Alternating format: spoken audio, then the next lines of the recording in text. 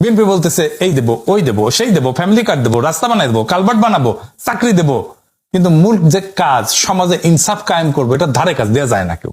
এই যে আমরা ভোট দিতে পারি নাই হাসিনার আমলে, সেই জন্য আমাদের সমাজের ভেতরে যে ইনসাফের ধারণা সেইটার কোন ইনস্টিটিউটের ভেতরে আর হাজির নাই।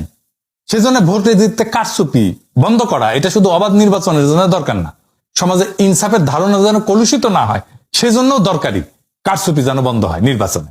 বিএনপি বলতেছে এই দেবো, ওই দেবো, সেই দেবো, ফ্যামিলি কার্ড দেবো, রাস্তা বানাই দেবো, কালভার্ট বানাবো, চাকরি দেবো, কিন্তু মূল যে কাজ সমাজে ইনসাফ কায়েম করবো এটা ধারে কাজ দেওয়া যায় না কেউ। এই যে আমরা ভোট দিতে পারি নাই হাসিনার আমলে, সেই জন্য আমাদের সমাজের ভেতরে যে ইনসাফের ধারণা সেইটার কোন ইনস্টিটিউটের ভেতরে আর হাজির নাই। সেজন্য ভোটে দিতে কারচুপি বন্ধ করা এটা শুধু অবাধ নির্বাচনের জন্য দরকার না, সমাজে ইনসাফের ধারণা যেন কলুষিত না হয় সেজন্য দরকারি কারচুপি যেন বন্ধ হয় নির্বাচনে। বিএনপি বলতেছে এই দেবো, ওই দেবো, সেই দেবো, ফ্যামিলি কার্ড দেবো, রাস্তা বানাই দেবো, কালভার্ট বানাবো, চাকরি দেবো, কিন্তু মূল যে কাজ সমাজে ইনসাফ কায়েম করবো এটা ধারে কাজ দেওয়া যায় না কেউ। এই যে আমরা ভোট দিতে পারি নাই হাসিনার আমলে, সেই জন্য আমাদের সমাজের ভেতরে যে ইনসাফের ধারণা সেইটার কোন ইনস্টিটিউটের ভেতরে আর হাজির নাই।